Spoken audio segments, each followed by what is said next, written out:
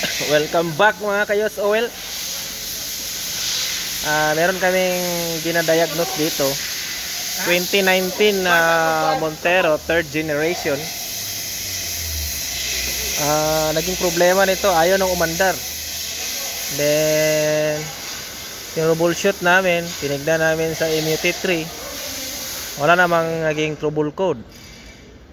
So then we found out, we check the fuel system, that we found out na yung fuel na isinali may halong oil or tubig. Kaya isa sa mga naging sanhi, ayaw na siya mag-start. So ginawa namin, dinay namin yung fuel tank. Ayan na, ito na ang kanyang fuel.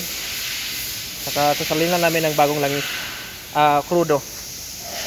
Saka papaanda rin namin mamaya. So